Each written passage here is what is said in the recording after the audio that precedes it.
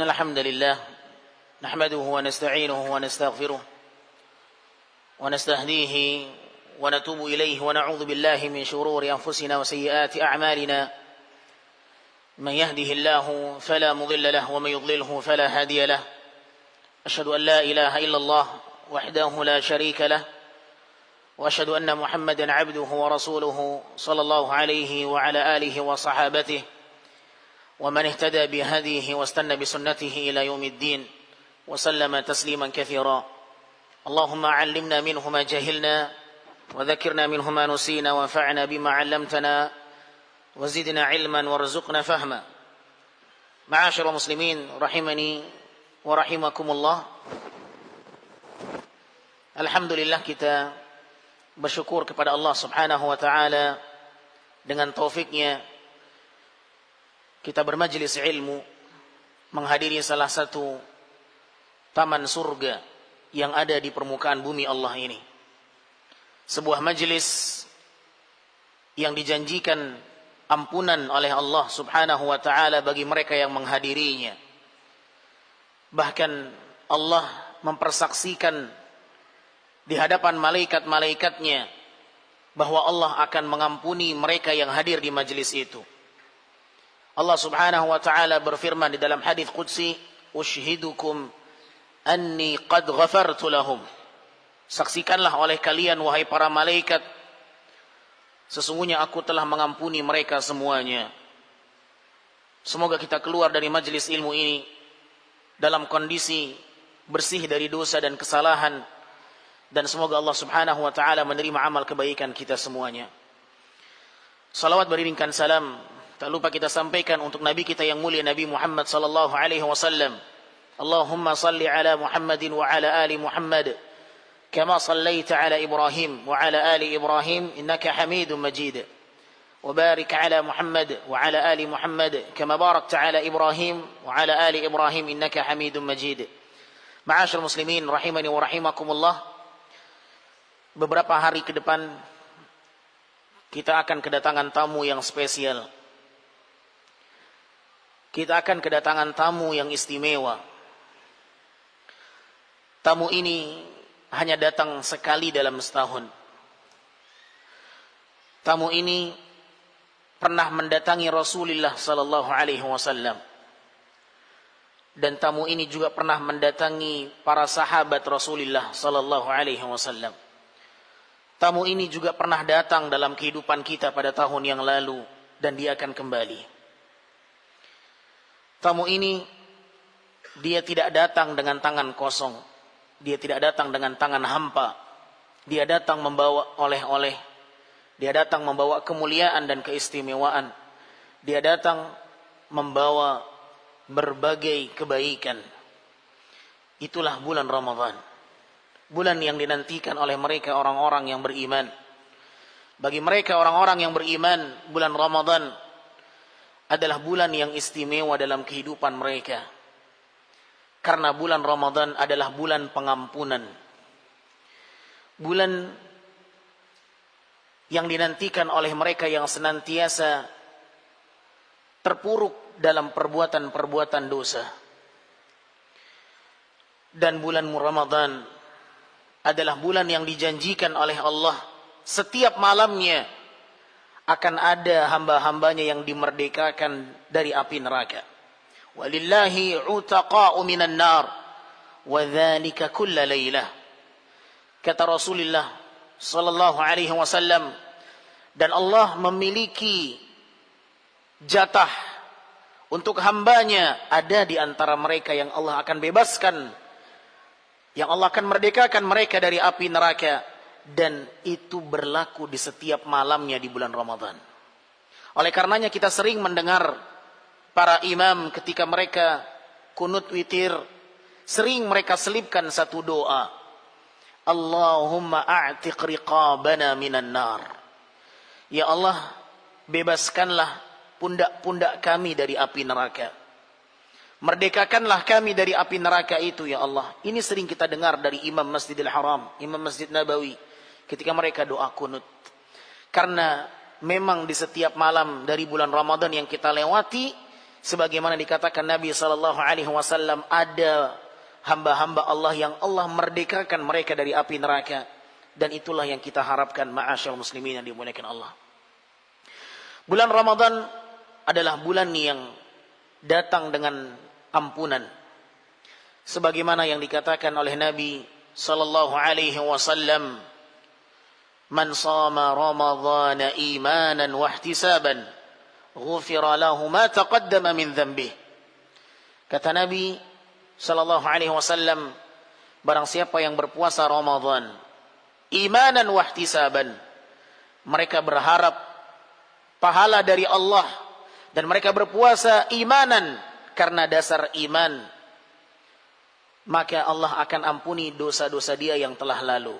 Dari hadis inilah para ulama mengatakan bahwa Ramadan bulannya ampunan.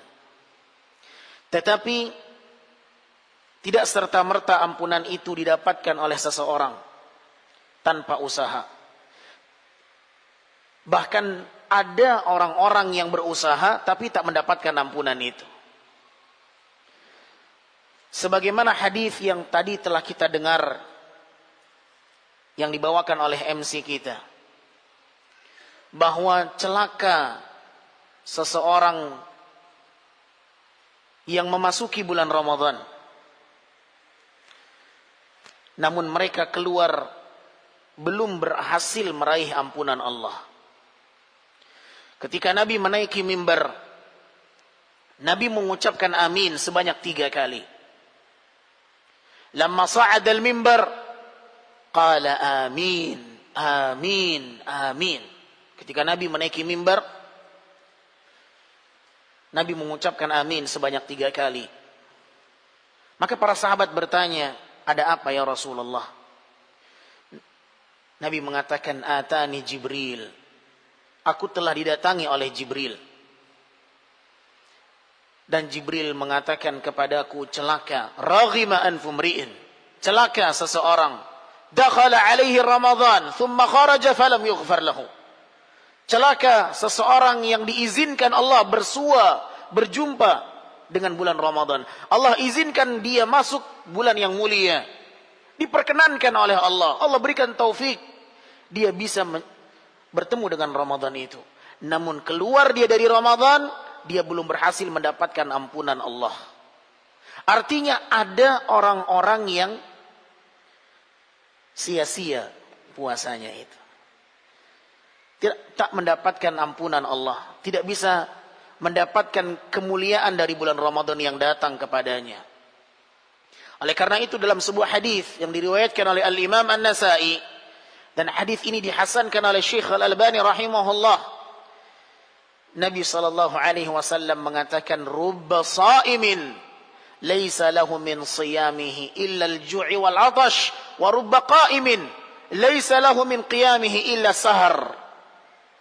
Kata Nabi, betapa banyak orang yang berpuasa namun mereka tidak mendapatkan dari puasanya kecuali lapar dan haus. Dan betapa banyak orang-orang yang mendirikan salat malam. Dia menghidupkan malam Ramadan. Walaysa lahu min qiyamihi illa sahar. Namun dia tidak mendapatkan pahala dari qiyamul lail, melainkan hanya bergadang capeknya saja. Allahu Akbar. Hadis ini berisi ancaman bahwa ternyata ada orang yang berpuasa namun tak dinilai puasanya. Ada orang yang mengerjakan salat namun tak dinilai salat malamnya. Maka kita harus waspada. Jangan sampai kita masuk dalam kategori hadis ini. Tentu angan-angan kita bagaimana kita menjadi orang yang selamat dan beruntung dengan datangnya bulan ini. Jangan menjadi orang yang didoakan kehancuran oleh malaikat dan diaminkan oleh Nabi SAW. Sejatinya malaikat Jibril yang mendoakan kehancuran bagi mereka memasuki Ramadan dan tidak mendapatkan ampunan Allah, dan diaminkan oleh Nabi Muhammad SAW. Oleh sebab itu, setiap kita hendaklah berhati-hati di dalam menjalani ibadah puasa ini. Dan pasti ada sebab. Tidak mungkin mereka berpuasa dan tidak diterima tanpa sebab. Pasti ada penyebabnya. Dan Allah Subhanahu wa ta'ala tidak pernah menzalimi hambanya. Mungkin sebahagian kita akan menganggap Allah itu zalim.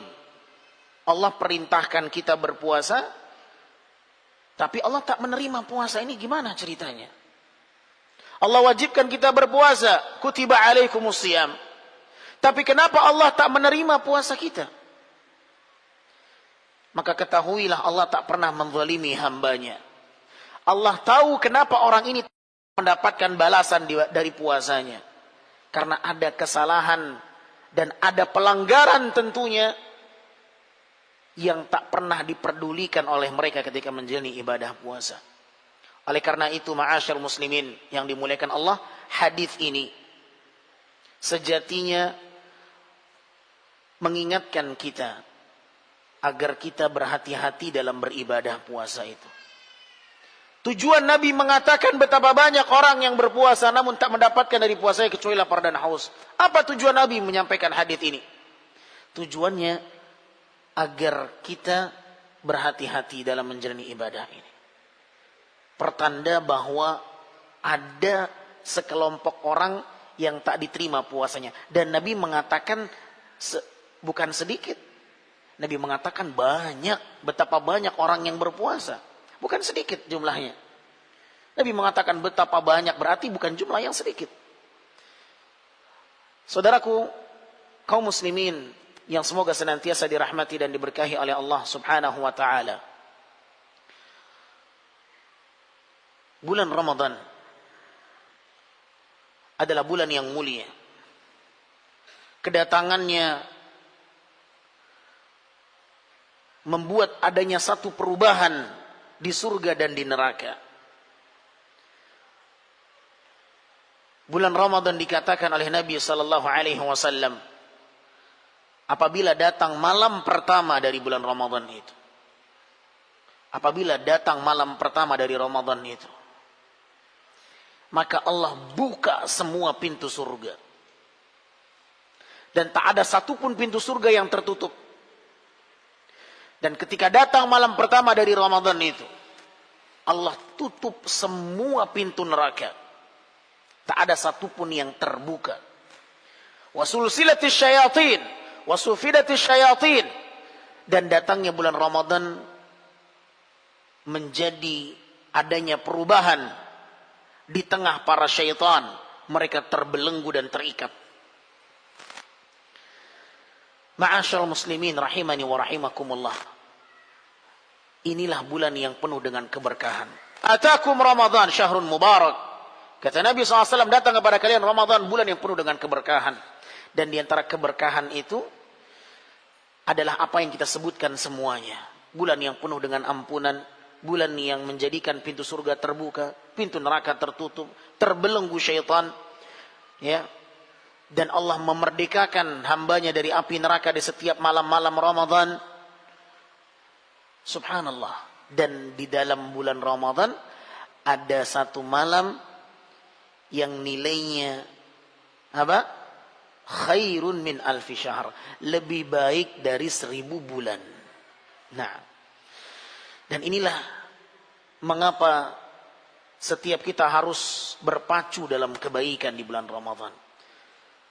Ya baghiyal khairi aqbil wa ya baghiyal syarri aqsir. Wahai orang-orang yang selalu berharap kebaikan, datanglah, sambutlah bulan ini. Wahai Anda yang selalu mengerjakan keburukan, tinggalkanlah keburukan-keburukan itu. Walillahi urtaqa minan nar. Saudaraku, kaum muslimin dan muslimat yang semoga dimuliakan oleh Allah Subhanahu wa ta'ala. Ada beberapa persiapan yang perlu kita miliki sebelum datangnya bulan itu. Hendaklah setiap kita berbekal menyambut tamu yang mulia ini. Agar kita tidak menjadi orang-orang yang sia-sia di dalam melalui bulan Ramadan. Di antara persiapan yang harus kita lalui adalah miliki keimanan di dalam puasa dan miliki niat yang baik di dalam berpuasa. Dan itu menjadi dua syarat puasanya akan mendatangkan ampunan Allah. Bagaimana puasa yang mendatangkan ampunan Allah? Nabi mengkaitkan dengan dua syarat. Man shoma ramadhana imanan wa ihtisaban. Barang siapa yang berpuasa karena didasari iman dan berharap pahala. Dua syarat. Allah akan ampuni dosa-dosanya yang telah lalu. Dua syarat. Harus ada dua syarat ini. Didasari dengan iman dan berharap pahala. Maka ketika kita menjalani puasa ini, perbaiki keimanan kita. Dan perbaiki niat kita. Apa maksud berpuasa didasari dengan iman? Ada yang tahu artinya? Ada yang tahu artinya? La. Berpuasa didasari dengan iman. Kita sering dengar hadis itu ya. Barang siapa yang berpuasa didasari dengan iman dan berharap pahala dari Allah, ihtisaban, ghufira lahu ma taqaddama min dhanbi. Pertanyaannya, apa maksud berpuasa didasari dengan iman? Ada yang ingin mencoba? Syekh Shalih bin Utsaimin rahimahullah mengatakan, maksud berpuasa didasari dengan iman 3. Yang pertama,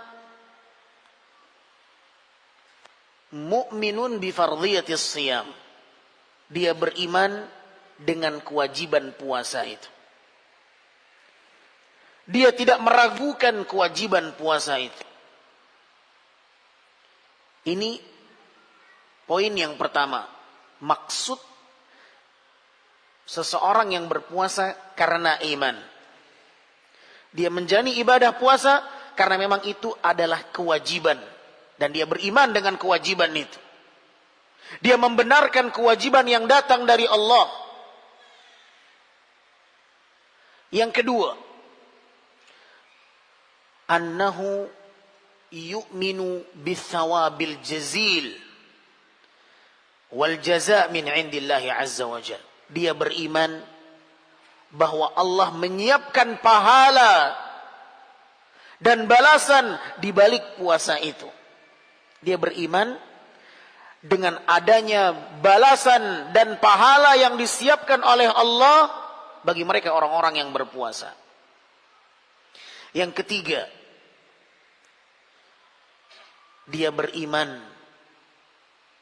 adanya ancaman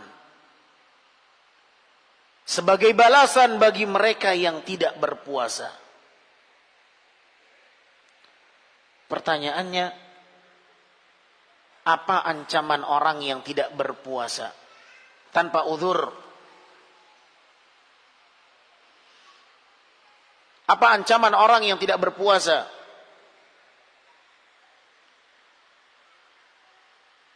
Kita terkadang sedih mendapati sebahagian kaum muslimin, mereka makan di siang Ramadan, padahal mereka adalah orang yang tak beruzur syar'i.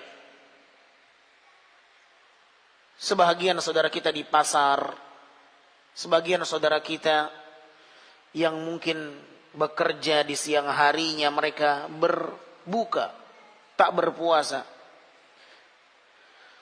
Di dalam sebuah hadis yang diriwayatkan oleh Imam Ibnu Majah dan Imam An-Nasa'i, Nabi SAW pernah diceritakan oleh sahabatnya Abu Umamah Al-Bahili. Abu Umamah Al-Bahili radhiyallahu anhu bercerita, sami'tu Rasulullah sallallahu alaihi wasallam yaqul, aku pernah mendengar Nabi berkata, bainama ana naimun, kata Nabi, ketika aku sedang tidur, atani rajulan, aku didatangi oleh dua orang. Mimpi. Nabi melihat dalam mimpinya. Dan mimpi Nabi adalah wahyu. Nabi bercerita, ketika aku sedang tidur, atani rajulan, aku datangi oleh 2 orang. Fa akhadha bi tab'ayya, dan 2 orang ini mengambil kedua lengan tanganku. Fa ataya bi jabalan wa'ra, dan mereka membawaku ke sebuah gunung yang sangat terjal dan sangat tinggi dan sulit didaki. Mereka membawaku dan sampailah aku di sebuah gunung yang terjal.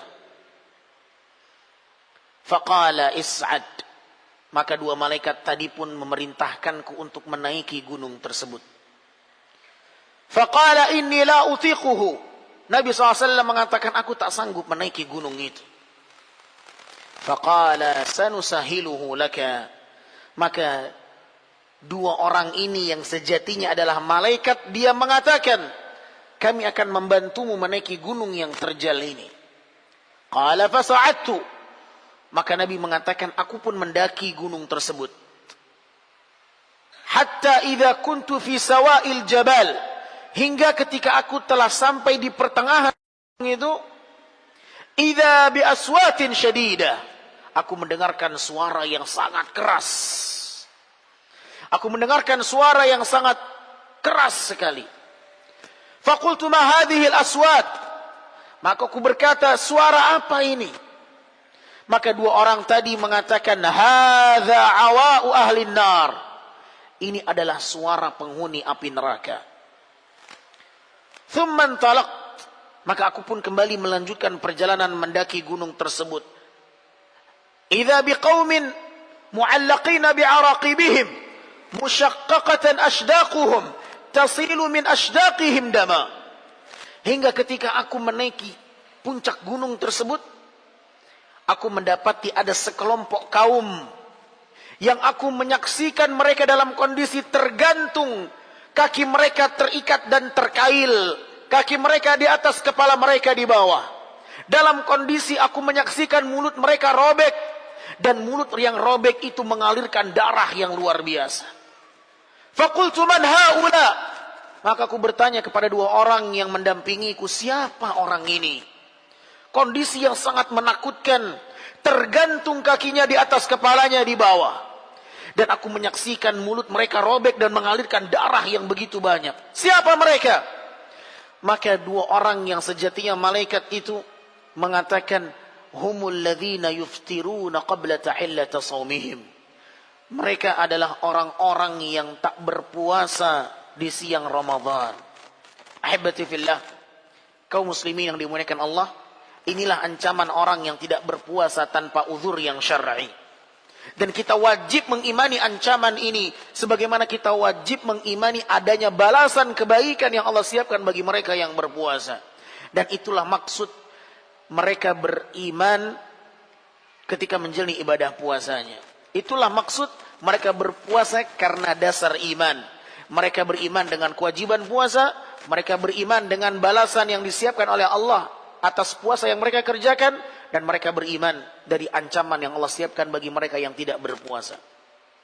Kemudian syarat yang kedua,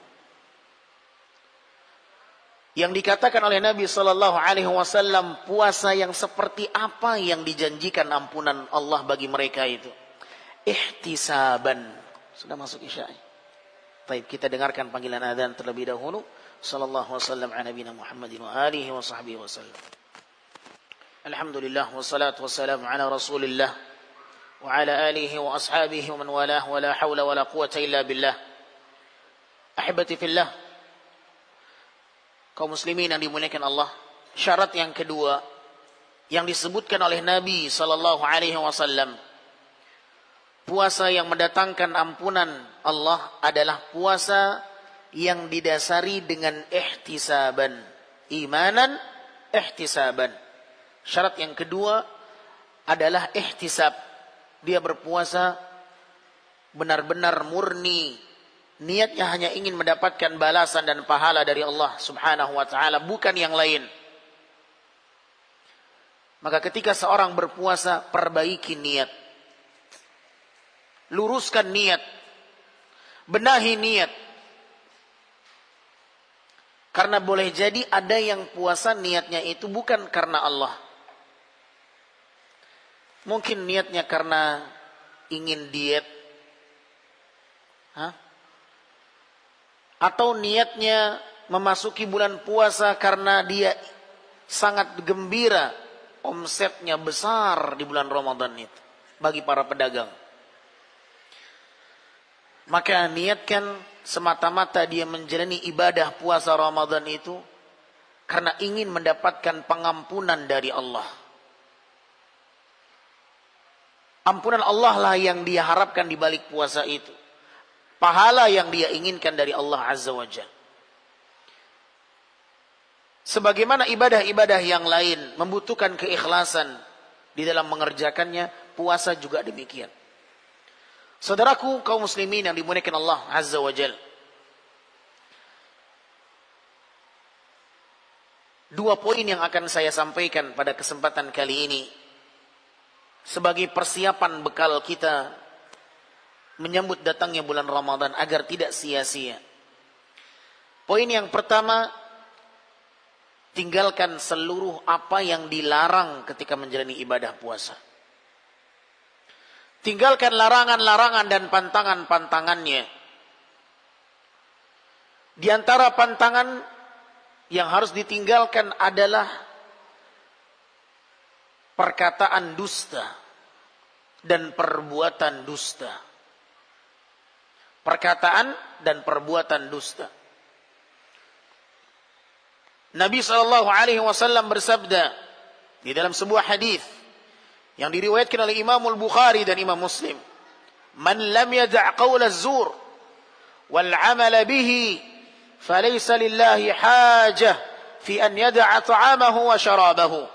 Kata Rasul sallallahu alaihi wasallam, barang siapa yang tidak meninggalkan perkataan dustanya dan perbuatan dusta, maka Allah tidak butuh kepada seseorang yang meninggalkan lapar dan hausnya,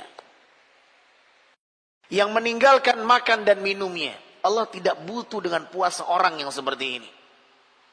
Saya ulangi hadisnya. Barang siapa yang tidak meninggalkan perkataan palsunya, perkataan dustanya dan perbuatan dusta, maka Allah tidak butuh kepada seseorang yang meninggalkan makan dan minum itu. Artinya Allah tak butuh dengan puasa yang seperti itu. Allah tidak butuh dengan puasa yang seperti itu. Hadis ini sahih riwayat Bukhari Muslim. Maka ketika seorang menjalani ibadah puasa, dia harus tinggalkan kedustaan. Dan dari hadis ini kita dapat mengambil sebuah kesimpulan bahwa dusta itu terbagi menjadi dua.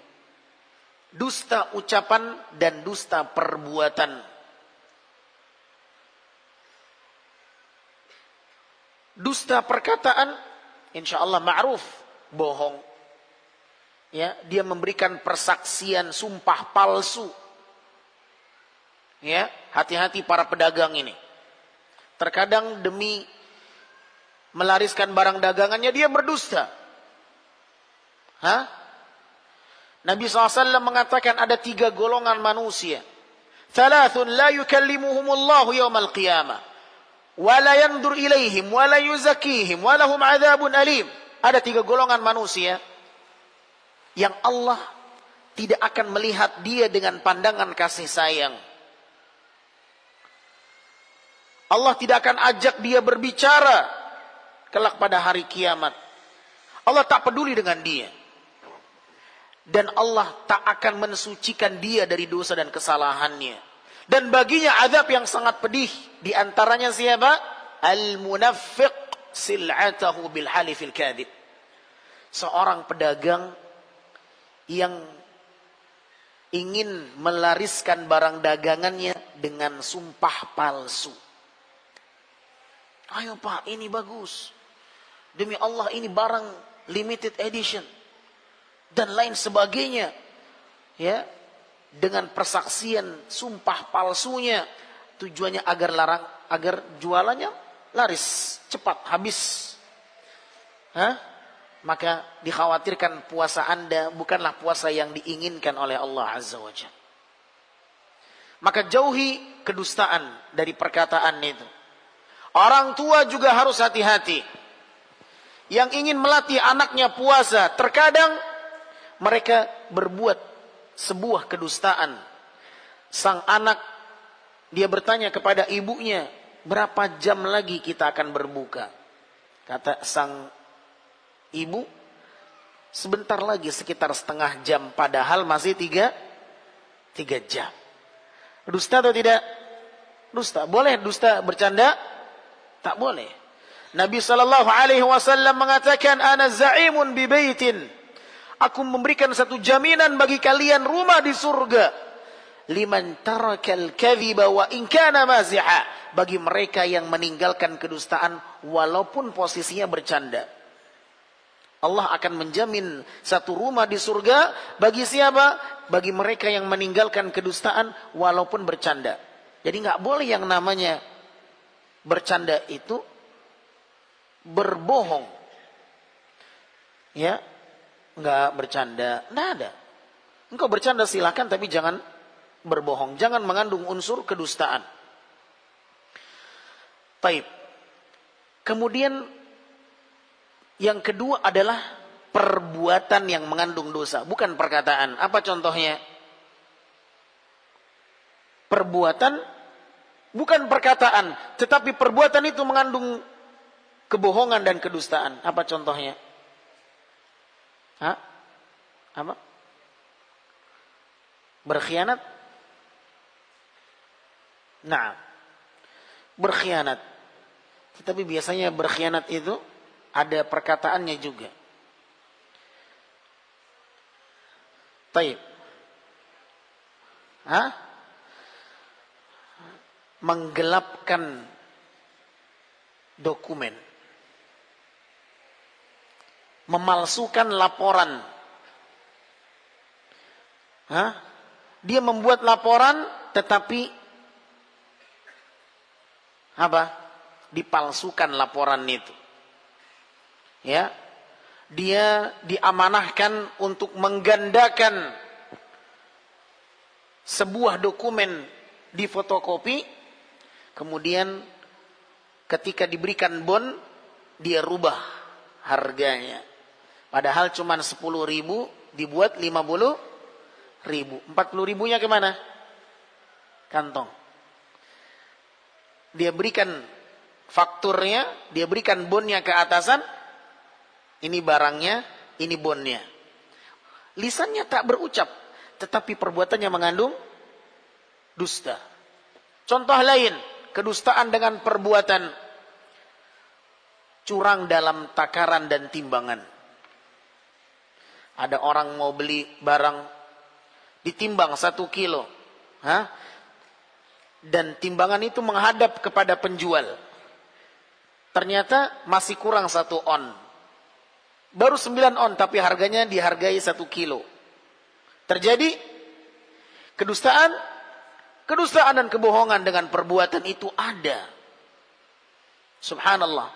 Orang yang seperti ini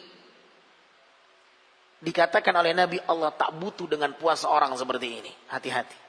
Inilah yang dikatakan Nabi, betapa banyak orang yang berpuasa, namun mereka tidak mendapatkan dari puasa kecuali lapar dan haus. Sia-sia. Diberikan satu amanah, tidak dia sampaikan amanah itu. Seharusnya tanggung jawab di pundaknya dia jalankan, tapi tak dia jalani. Seharusnya dia berikan kepada rakyat bantuan-bantuan yang diamanahkan kepadanya, tetapi yang disalurkan hanya setengahnya saja. Subhanallah. Maka puasa dia adalah puasa yang tak dibutuhkan oleh Allah Subhanahu wa ta'ala. Baik. Kemudian di antara perkara yang harus ditinggalkan ketika mereka sedang berpuasa adalah meninggalkan perbuatan yang sia-sia. Di antara perkara yang harus dijauhi oleh seorang ketika berpuasa adalah meninggalkan perbuatan laghu. Di dalam sebuah hadis Nabi sallallahu alaihi wasallam mengatakan, "Laisa as-siyamu minal akli wasyurbi, innama as-siyamu minal laghwi warrafathi, fa in sabaka ahadun aw jahila 'alaika faqul inni mru'un sha'im, inni sha'im, inni sha'im." Kata Nabi SAW, puasa itu bukan hanya sebatas meninggalkan makan dan minum. Perhatikan baik-baik, ma'asyiral muslimin.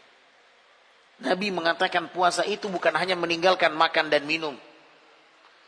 Akan tetapi puasa itu juga engkau harus meninggalkan laghu, perbuatan yang sia-sia, warrafath, dan perkataan perbuatan yang kotor dan keji.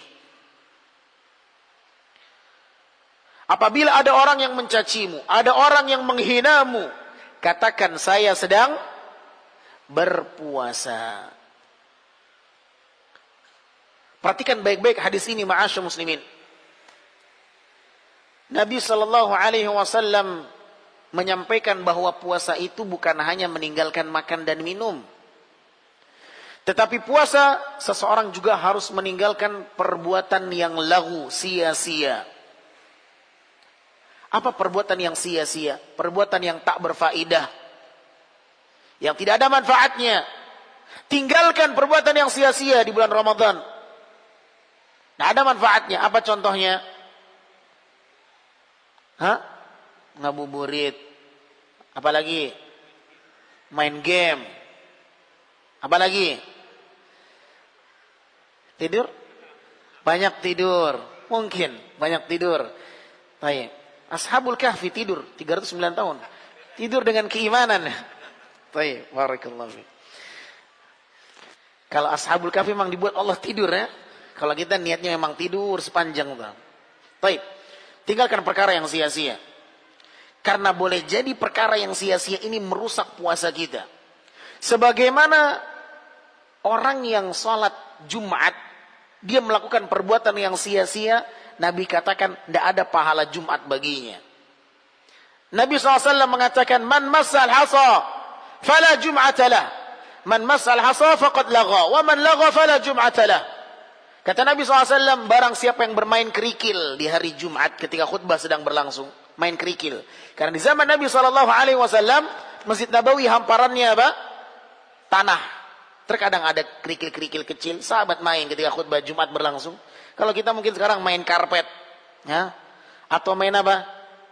Handphone. Hati-hati, ma'asyiral muslimin. Kata Nabi SAW, barang siapa yang bermain kerikil di hari Jumat ketika khutbah sedang berlangsung, maka dia dikatakan lagha, orang yang telah berbuat perkara yang sia-sia.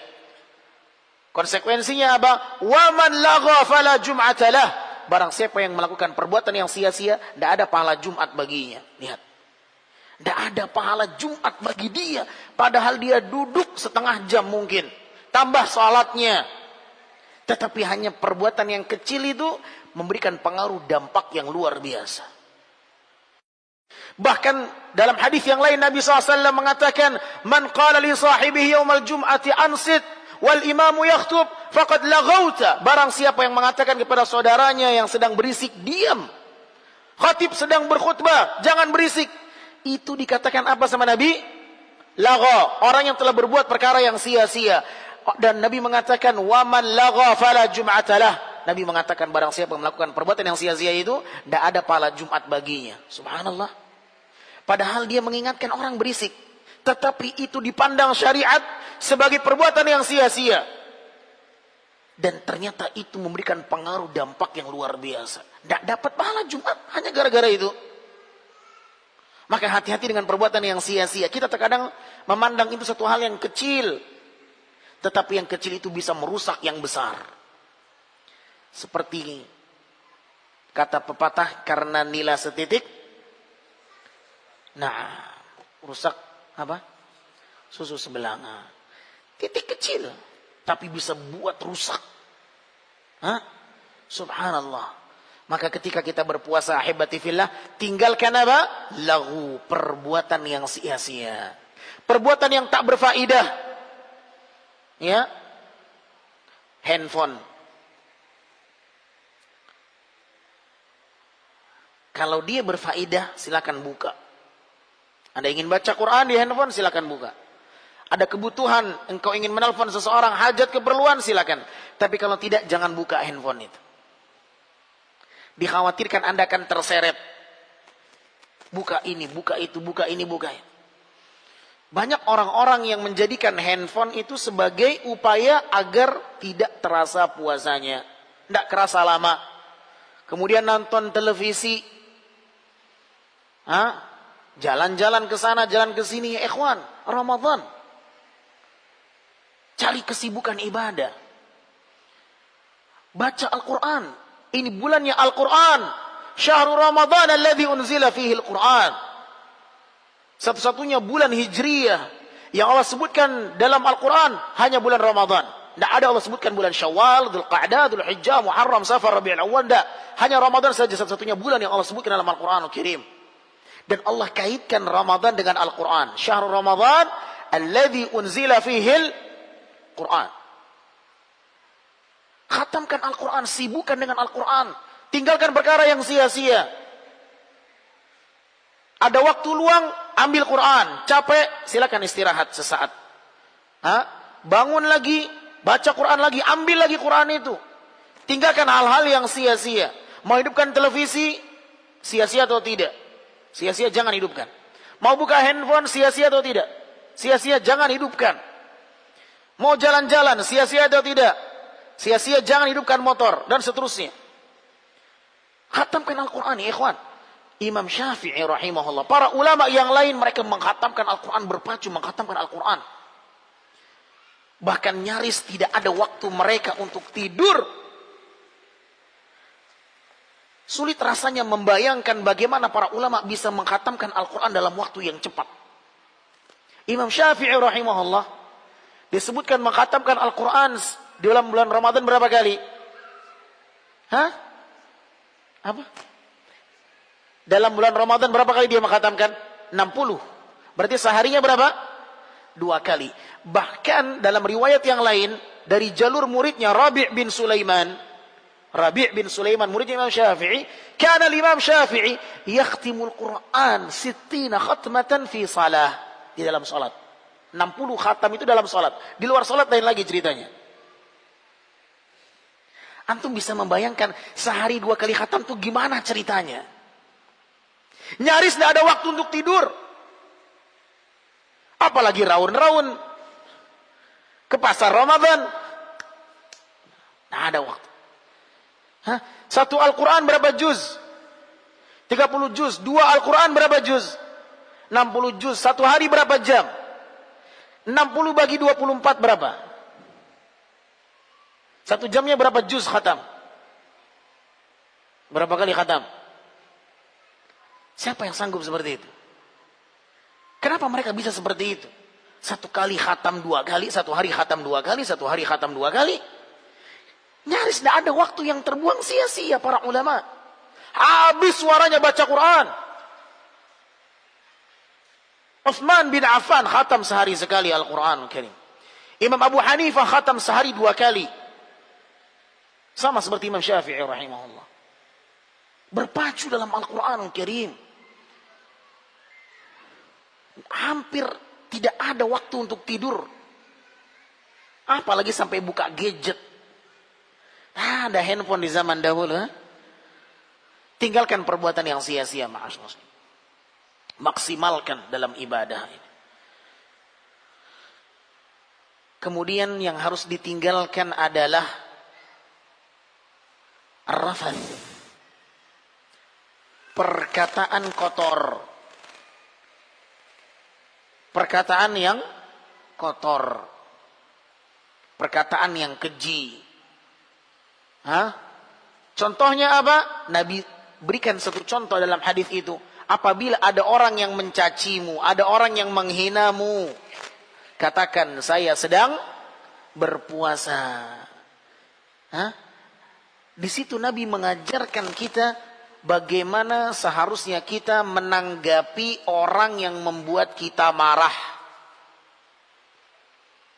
Ada orang mencacimu, ada orang menghinamu, katakan saya sedang berpuasa. Ini solusi yang diberikan Nabi SAW. Di situ Nabi ingin mengajarkan kita untuk mengendalikan amarah, mengendalikan emosi, mengontrol emosi. mengendalikan emosi, kendalikan. Jangan terpancing amarahmu, jangan terpancing emosimu. Ada orang yang mencacimu, katakan saya sedang berpuasa. Hah? Katakan saya sedang berpuasa. Ingatkan dirimu, saya sedang puasa. Kalau saya marah, berbahaya. Disinilah benar apa yang dikatakan orang kalau puasa jangan marah. Hah? Wah, lagi puasa tidak boleh marah. Benar itu. Benar. Kita dituntut untuk mengendalikan diri, bersabar, nggak gampang marah. Lihat Nabi berikan contoh, ada orang mencacimu, ada orang menghinamu, katakan saya sedang berpuasa. Jangan diladenin. Nabi mengajarkan kita untuk mengendalikan emosi. Jangan gampang marah. Makanya yang pengen marah sama istri, tahan. Hah? Saya sedang berpuasa. Kalau mau ribut nanti lepas berbuka puasa. Gitu? Lah, tidak ada. Tetap kagak boleh. Hah? Ana lagi puasa. Kalau mau ribut nanti malam. Tidak. Hah? Tetap tidak boleh. Ma'asyarul muslimin yang dimuliakan Allah Azza wa Jal. Taib. Kemudian yang harus ditinggalkan ketika kita berpuasa adalah meninggalkan kezaliman. Meninggalkan kezaliman. Karena kezaliman itu bisa membuat kita ini bangkrut di hari kiamat. Hadithul Muflis. Hadis yang sangat terkenal. Riwayat Imam Muslim. Nabi pernah mengatakan di hadapan para sahabatnya, "Atadruna mal muflis?" Tahukah kalian siapa orang yang bangkrut? Para sahabat mengatakan orang yang enggak punya uang dinar dirham ya Rasulullah. Tidak. Al-muflisu min ummati man ya'ti yaumal qiyamah bi salatin wa siyamin wa zakatin wa hajjin wa umrah. Orang yang bangkrut dari umatku nanti di hari kiamat adalah mereka yang datang dengan membawa pahala salat. Dia datang membawa pahala puasa. Dia datang membawa pahala haji, pahala umrah, zakat. Wa ya'ti wa qad syatama hadha wa akala mala hadha wa daraba hadha wa safaka dama hadha wa qadhafa hadha. Tetapi dia juga membawa dosa-dosa kezaliman. Dia pernah mencaci saudaranya, menghina saudaranya. Syatama hadha wa akala mala hadha. Dia makan harta saudaranya. Hah? Dia makan harta saudaranya. Hati-hati ma'asyarul muslimin. Ini kezaliman. Ya, makan harta milik orang lain. Makan harta warisan bukan hak dia. Hati-hati. Ini kezaliman. Ya. Di antara kezaliman itu adalah menunda pembayaran hutang. Padahal Anda mampu. Nabi mengatakan alaihi salatu wassalam, matlul ghani zulmun. Orang yang menunda pelunasan hutang saudaranya adalah satu tindak kezaliman. Nah, yang punya hutang sekarang, Anda mampu melunasinya, bayar. Jangan sampai Anda menunda hutang, tak melunasinya, merusak pahala puasa Anda. Kezaliman. Nabi SAW mengatakan, orang yang bangkrut dari umatku kelak pada hari kiamat adalah mereka yang datang dengan membawa pahala salat, pahala puasa, pahala ini, pahala itu. Namun di lain sisi, dia melakukan mencaci saudaranya, dia makan harta saudaranya, dia menuduh, memfitnah saudaranya, qadhafa hadha wa safaka dama hadha, bahkan dia menumpahkan darah saudaranya, wa daraba hadha, dia memukul saudaranya. Kezaliman dia lakukan. Dia bukan hanya datang dengan membawa pahala di hadapan Allah, tetapi dia juga datang di hadapan Allah membawa dosa-dosa kezaliman yang pernah dia perbuat. Lantas apa yang akan diperlakukan oleh Allah orang yang seperti ini? Dia harus menyelesaikan kezalimannya. Dia harus membayar kezalimannya itu. Dengan cara apa? Pakai apa dia harus membayar kezalimannya? dengan pahala salatnya, dengan pahala puasanya, dengan pahala hajinya, dengan pahala umrohnya, dan seterusnya. Itu yang akan dijadikan sebagai nilai tukar.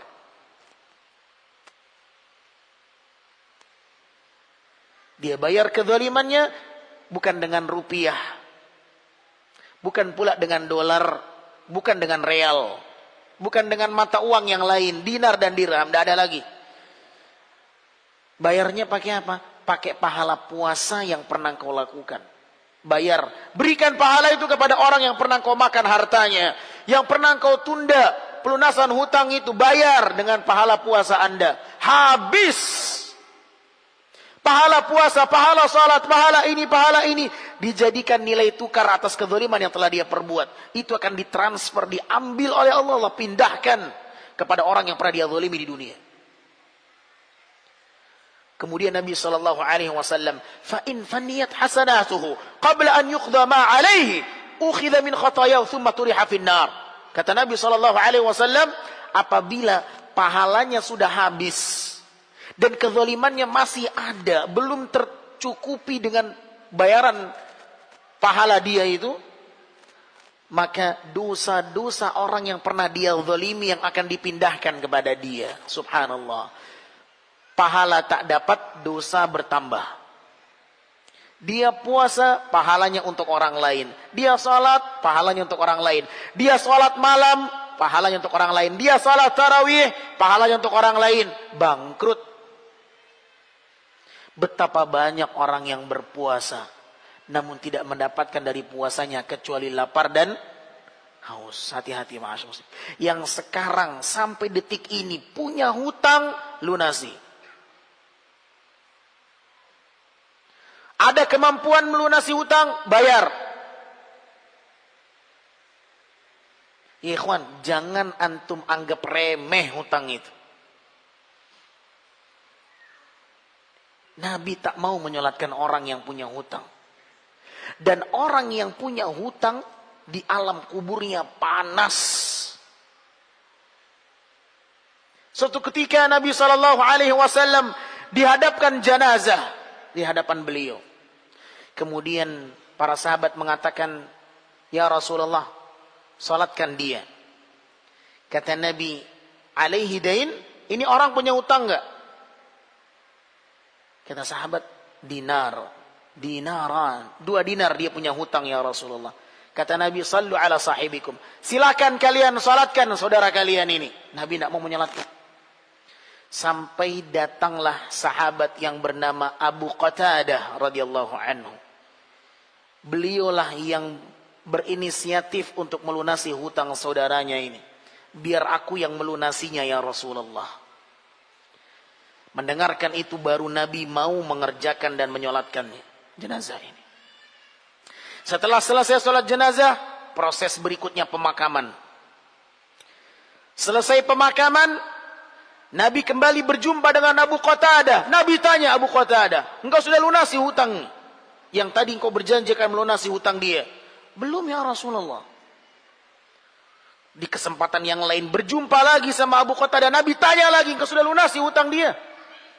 Sudah ya Rasulullah. Kata Nabi, al-an baradat, sekarang baru dingin tuh jenazah di alam kuburnya. Sekarang baru dingin, tadi kepanasan dia. Kau belum lunasi hutang dia.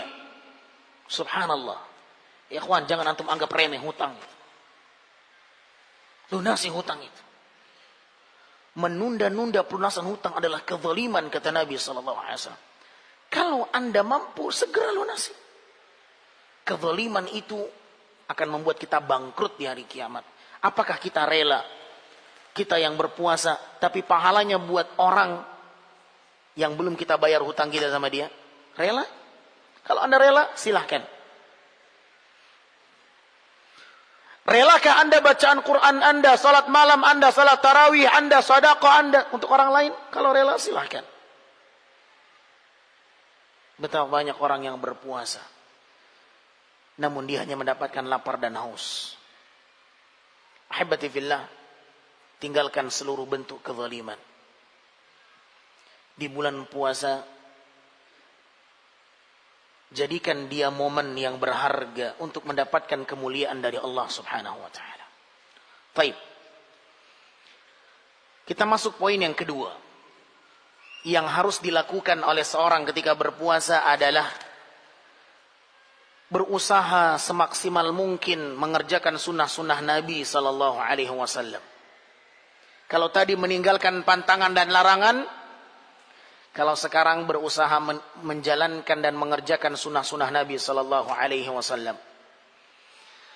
Banyak sunnah-sunnah Nabi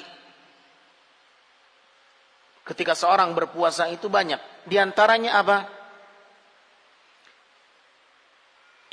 Sahur. Sahur.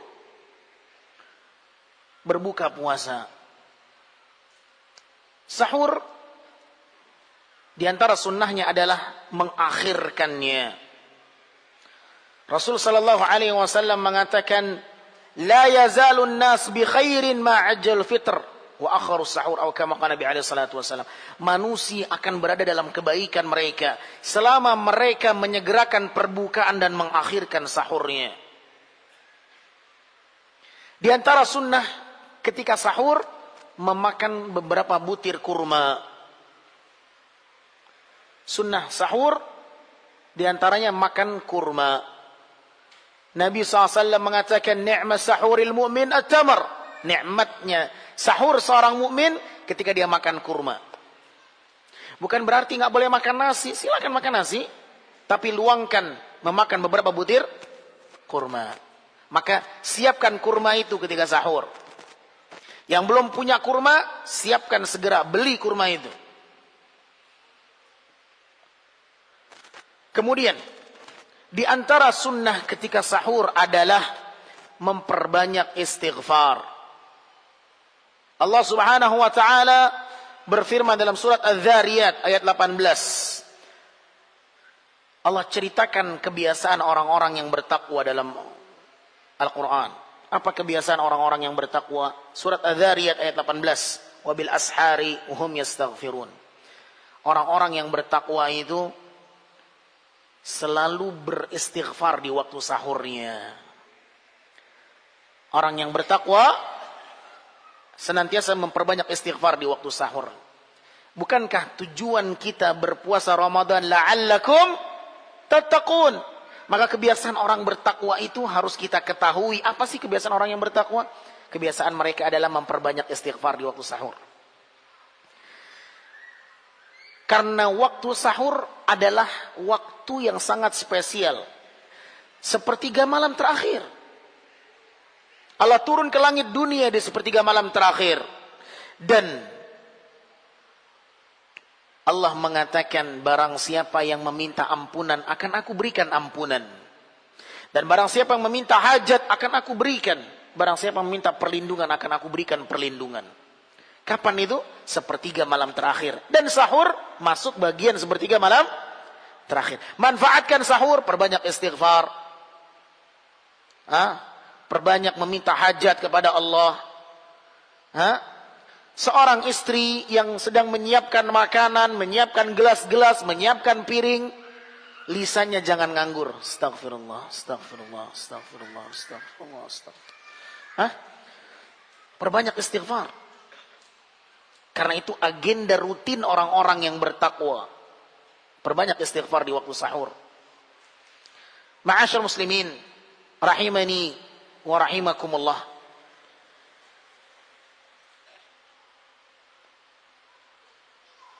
Berusaha untuk mengakhirkan sahur. Benar-benar dia mengakhirkan sahur. Itulah sunnah di kala sahur. Yang menunjukkan akan hal itu riwayat Umar bin Khattab radhiyallahu anhu. Umar bin Khattab radhiyallahu anhu pernah satu ketika beliau ketika ingin meminum air, tiba-tiba terdengar azan. Azan yang kedua. Azan yang menunjukkan telah berakhirnya waktu sahur dan telah masuknya waktu subuh. Ketika beliau akan minum, terdengar panggilan azan. Ketika itu Umar bin Khattab sahur di dekat Nabi SAW. Maka Umar bertanya, "Ya Rasulullah, a'ashrabu min?" Apa aku boleh melanjutkan minuman ini ya Rasulullah? Kata Nabi sallallahu alaihi wasallam, "Idza sami'tumun nida' fi yadihi fala yadh'u hatta yaqdi hajatah." Apabila kalian mendengarkan panggilan azan, sedangkan dalam kondisi engkau memegang sebuah bejana minuman atau makanan, jangan kalian letakkan sampai kalian tuntaskan hajatmu dengannya. Artinya boleh dia lanjutkan? Lanjutkan, tapi jangan nambah. Hah? Oh, boleh kata Ustaz nih, nambah sini, comot sini, comot sini, comot sini lah. Yang sudah dia pegang, Hah? Kata Nabi, apabila kalian mendengarkan panggilan azan dan bejana di tanganmu, bejana dalam kondisi di tanganmu, jangan letakkan sampai kalian tuntaskan hajatmu darinya. Nah, berarti boleh.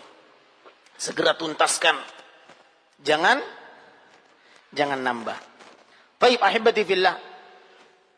Ini menunjukkan bahwa para sahabat biasa mengakhirkan waktu sahurnya. Ya, benar-benar menjelang datangnya waktu subuh. Dan itulah sunnahnya di kala sahur. Dan sahur ini adalah makanan yang penuh dengan berkah. Makanya jangan tinggalkan sahur, kata Nabi SAW. Tasahharu fa inna fis sahuri barakah. Sahurlah kalian, karena di sahur itu ada keberkahan. Ya? Walaupun hanya meminum air. Fala tada'u, kata Nabi, jangan kalian tinggalkan sahur. Walaupun hanya meminum air. Katakan anak nggak ada yang bisa dimakan, hanya ada air. Ya sudah, air itu engkau minum. Kata Nabi, jangan kau tinggalkan sahur walaupun minum air. Kenapa? Fa innallaha wa malaikatahu yusalluna 'alal mutasahirin. Karena Allah dan para malaikatnya senantiasa bersalawat untuk orang yang sahur. Jadi sahur itu bukan hanya makan dan minum saja. Ada keberkahan yang sedang kita harapkan di sana. Oleh karena jangan tinggalkan sahur walaupun minum air, kata Nabi sallallahu alaihi wasallam. Baik. Kita beralih kepada sunnah yang lain, yaitu berbuka puasa. Di antara sunnah yang harus diupayakan adalah menyegerakan perbukaan.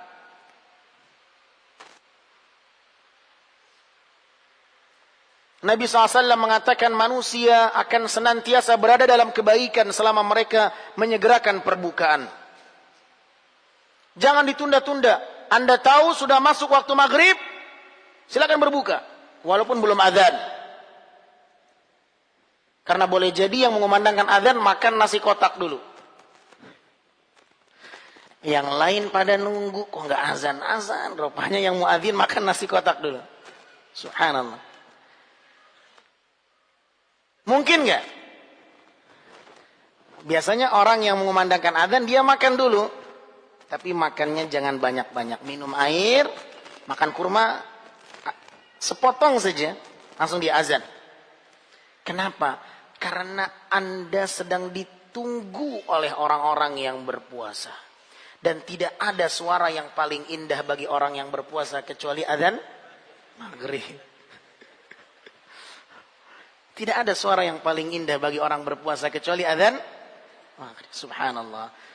Di kala Ramadan adzan maghrib menjadi suara yang paling indah. Biasanya nggak pernah peduli dia dengan adzan maghrib. Adzan maghrib, isya sama saja. Tapi adzan maghrib beda. Dilihatin jam, lihat. Subhanallah. Ditunggu-tunggu adzan maghrib. Suara yang paling indah bagi orang yang berpuasa adalah adzan maghrib. Tetapi sangat disayangkan, ketika dia tunggu, ternyata orang yang mengumandangkan adzan dia sibuk dengan makannya, lupa memberikan kabar gembira kepada orang yang berpuasa untuk menyegerakan perbukaan itu. Nah, ma'asyiral muslimin yang dimuliakan Allah Subhanahu wa taala, segera berbuka ketika Anda tahu telah masuk waktu maghrib, walaupun belum adzan. Karena kapan masuknya waktu maghrib? Ketika matahari tenggelam. Walaupun orang belum azan, segera berbuka. Tapi kalau Anda tak yakin matahari tenggelam, jangan coba-coba berbuka. Bagi yang yakin saja. Ini sudah waktunya, biasanya udah azan jam segini, bismillah makan. Nah, karena intinya waktu maghrib itu tenggelamnya matahari. Ya. Ma'asyal muslimin yang dimuliakan Allah Azza wa Jalla, ketika dia berbuka disunahkan untuk makan kurma terlebih dahulu sebelum dia makan yang lain.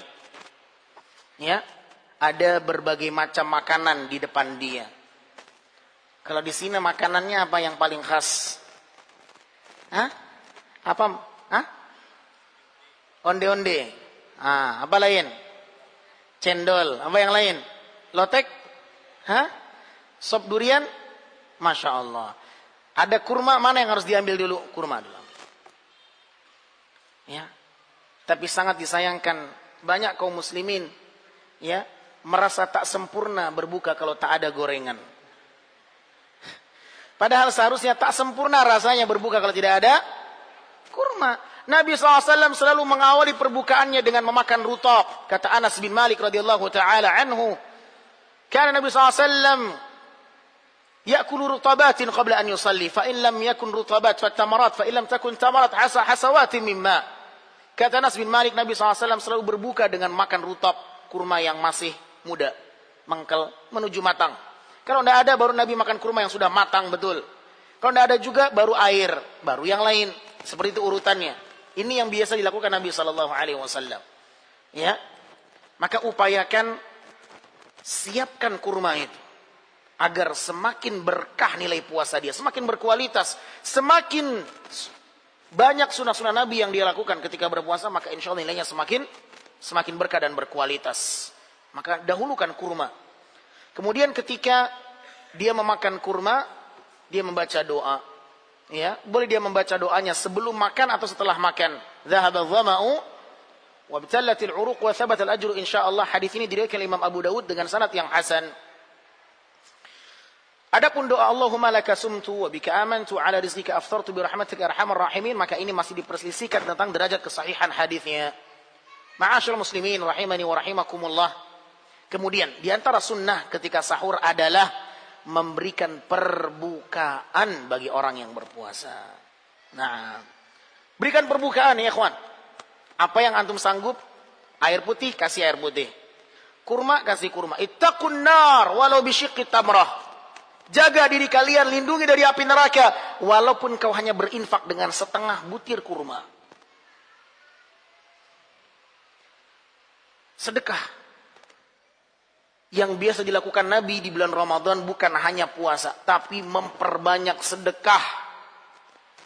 Abdullah bin Abbas dalam riwayat Imamul Bukhari, beliau mengatakan, "Kana Nabi sallallahu alaihi wasallam ajwadan nas wa ajwadu ma yakunu fi Ramadan." Kata Abdullah bin Abbas, Nabi SAW adalah orang yang paling dermawan dan sangat nampak kedermawanannya ketika memasuki bulan Ramadan. Jadi bulan Ramadan itu bulannya seseorang bersedekah. Biasa sebagian kaum muslimin berbaginya ketika hari Jumat. Jumat apa? Jumat berkah. Ramadan berkah. Nah, setiap hari keluarkan. Berikan perbukaan. Enggak mesti makan makanan berat. Boleh engkau bawa makanan 2 kilo. Jangan yang berat-berat. Nasi kotak kan enggak berat kan? Yang berat itu yang 10 kilo. Itu makanan berat. Boleh bawa nasi kotak, nasi bungkus. Nah, berikan. Berlomba-lomba ya ikhwan. Boleh jadi puasa kita enggak diterima oleh Allah, tetapi kita dapat pahala puasa karena kita memberikan perbukaan untuk orang yang berpuasa. Nabi SAW mengatakan, "Man fattara sha'iman." Barang siapa yang memberikan perbukaan bagi orang yang berpuasa, dia dapat pahala orang yang berpuasa. Dia kasih 30 orang makan berbuka, dapat 30 pahala puasa dia. Boleh jadi puasa dia nggak diterima oleh Allah, tapi dia dapat pahala puasa dari jalur orang lain. Kapan lagi saatnya? Jadi harus ada misi. Ramadan ini saya mengeluarkan sedekah. Jangan tunda-tunda. Ya, boleh jadi ini Ramadan kita yang terakhir. Nah, oh, Ustadz, nih uangnya mau buat beli mobil, Ustadz, buat lebaran. Ana mau nambah balkon rumah nih masih kurang. Ana mau bikin ini, mau bikin. Tidak cukup-cukup terus itu. Syaitan selalu menakut-nakuti kalian dari kefakiran. Syaitanu ya'idukumul faqra. Syaitan selalu menakut-nakuti kalian, takut miskin, takut fakir. Jangan kau infakkan, nanti kau butuh uangmu buat SPP anakmu, buat bayar listrik, buat ini, buat ini. Akhirnya nggak jadi-jadi berbagi. Padahal momennya Ramadan memperbanyak sedekah. Nabi adalah orang yang paling dermawan di dalam bulan Ramadan. Baik. Maka di antara sunnah yang berkaitan dengan berbuka adalah memberikan perbukaan untuk orang yang berpuasa. Kemudian di antara sunnah yang juga berkaitan dengan berbuka puasa adalah mendoakan kebaikan untuk orang yang berdonasi berbuka bersama. Doakan kebaikan. Kita terkadang diundang berbuka, makan gratis, dapat makanan gratis dari orang lain, dari muhsinin, dari para donatur. Nabi SAW pernah berbuka di rumah sahabatnya. Nabi doakan sahabat itu. Apa doanya? Apa doanya? Nah, ada yang tahu? Nabi SAW itu pernah ditraktir sama sahabatnya makan gratis, berbuka puasa. Kita sering ya makan di masjid dapat perbukaan gratis. Alhamdulillah. Jangan SMA setelah makan assalamualaikum. Tapi usahakan ada yang muncul, ini siapa donaturnya? Karena seorang muslim itu pandai berterima kasih kepada orang lain. Kata Nabi ya, la yashkurullah man la yashkurun nas.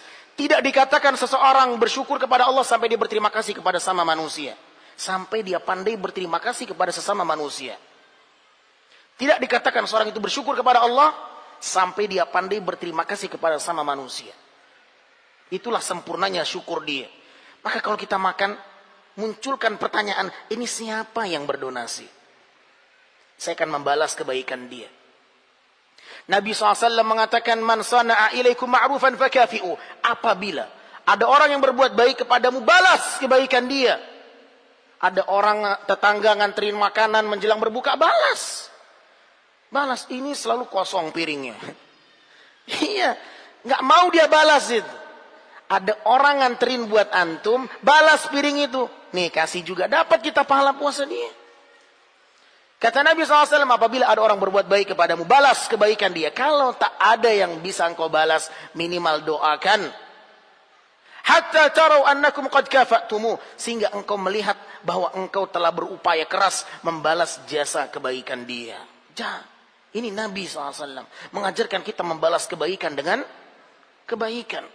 Nabi SAW diundang makan, Nabi doakan sahabat ini. Apa doanya? Ada yang tahu? Enggak pernah ditraktir makan? Jarang antum dapat berbukaan gratis? Sering. Tapi enggak pernah mendoakan kebaikan? Di antara doa yang Nabi baca, Nabi mengatakan, akala ta'amakum al-abrar wa sallat alaikumul malaikah wa aftara indakumus saimun. Akala ta'amakum al-abrar. Telah dimakan makanan kalian ini oleh orang-orang yang baik. Siapa? Orang yang berpuasa. Karena Nabi mengatakan, la ya'kul ta'amaka illa taqi. Jangan sampai ada yang makan makananmu kecuali orang yang bertakwa. Dan orang yang berpuasa diharapkan orang yang bertakwa.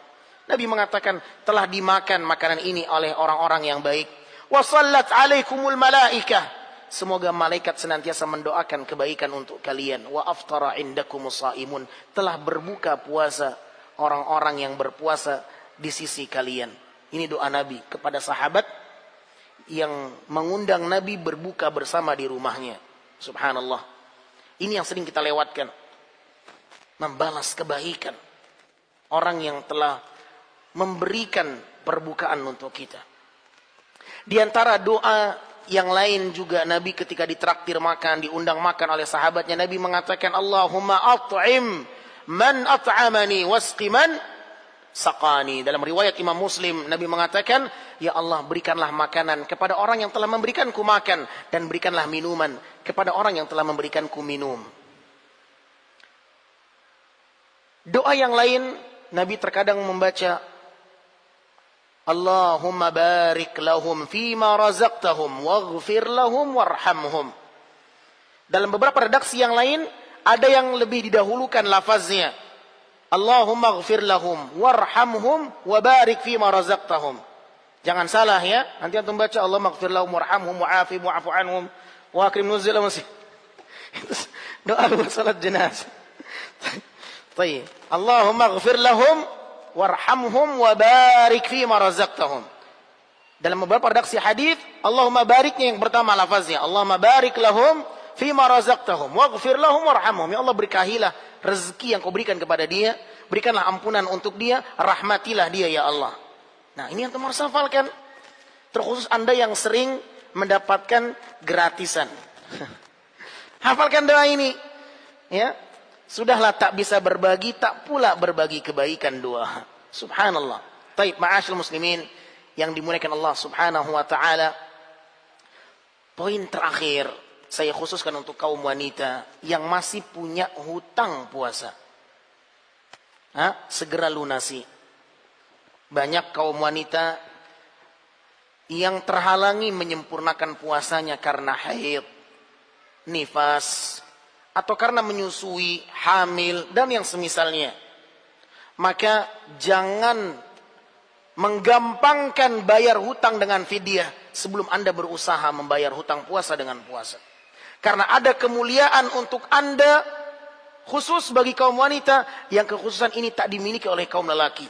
Dalam sebuah hadis yang disahihkan oleh Syekh Al-Albani rahimahullah, Nabi mengatakan, "Idza shallatil mar'atu khamsaha wa shamat syahraha wa hafizat farjaha wa ata'at ba'laha qila laha udkhulil jannah min ayyi abwabil jannati syi'ti." Kata Nabi SAW, seorang wanita yang menjaga salat 5 waktunya, mengerjakan puasa 1 bulan lamanya, menjaga kemaluannya, kehormatan dan kesuciannya, mentaati suaminya, dikatakan kepadanya, masuklah ke dalam surga dari pintu manapun yang engkau inginkan. Ini kemuliaan harus Anda gapai, wahai kaum wanita. Berpuasa 1 bulan lamanya. Nabi sebutkan 1 bulannya engkau berpuasa. Jangan beralih ke fidyah. Ada kemuliaan yang bisa engkau gapai di sana. Siasati bagaimana agar Anda bisa melunasi hutang puasa. Nah, ya. Ini penting. Jangan dilewatkan kemuliaan ini. Mungkin ini yang bisa kita sampaikan berhubung waktu sudah lebih dari 8:30. Kita buka tanya jawab. Bagi kaum muslimin yang ingin bertanya, kami persilahkan. Wassallallahu wasallam ala nabiyina Muhammadin wa alihi wa sahbihi wasallam. Di sini ada pertanyaan. Assalamualaikum Ustaz. Waalaikumsalam warahmatullahi wabarakatuh. Izin bertanya, apakah berbuka bersama teman-teman termasuk perbuatan yang sia-sia di bulan Ramadan? Tidak. Secara hukum asal boleh berbuka bersama, sebagaimana Nabi pernah berbuka bersama dengan sahabatnya. Namun apabila perbukaan bersama itu membahas obrolan-obrolan yang sia-sia, maka dikhawatirkan disitulah letak kekeliruannya. Maka hindari obrolan-obrolan yang tidak bermanfaat. Apalagi sambil nonton bareng. Tidak. Berbuka bersama silahkan. Ya, tetapi upayakan jauhi perbuatan yang sia-sia ketika berbuka bersama itu. Kebanyakan yang terjadi ketika mereka berbuka bersama lewat salat maghribnya, bahkan lewat isya dan tarawihnya. Ya. Jadi sebatas hura-hura saja. Ya. Ingin berjumpa dengan kawan yang sudah lama tak jumpa, kumpul di situ, maghrib tak salat, isya tak salat, tarawih tak salat. Naam. Maka ini jelas dia melakukan hal yang sia-sia dan dikhawatirkan bisa berefek kepada puasa dia. Nah, oleh karenanya ma'asyar muslimin yang dimuliakan Allah, berusaha semaksimal mungkin untuk meninggalkan perbuatan yang sia-sia. Berbuka bersama, naam, sambil baca Al-Quran. Tanya kabar sesekali, silahkan. Gimana kabar, gimana kegiatan, gimana keluarga, sehat. Dah, baca Quran. Nah, wallahu a'lam bishawab. Baiknya, kita cukupkan sampai di sini. Mudah-mudahan bermanfaat. Kurang dan lebihnya saya mohon maaf. Semoga Allah mudahkan kita berjumpa dengan bulan Ramadan di tahun ini, dan semoga Allah jadikan Ramadan ini jauh lebih berkah dibandingkan Ramadan yang sebelum-sebelumnya. Kurang lebihnya saya mohon maaf. Wabillahi taufik. Subhanakallahumma wa bihamdika asyhadu an la ilaha illa anta astaghfiruka wa atubu ilaik. Wassalamu alaikum warahmatullahi wabarakatuh.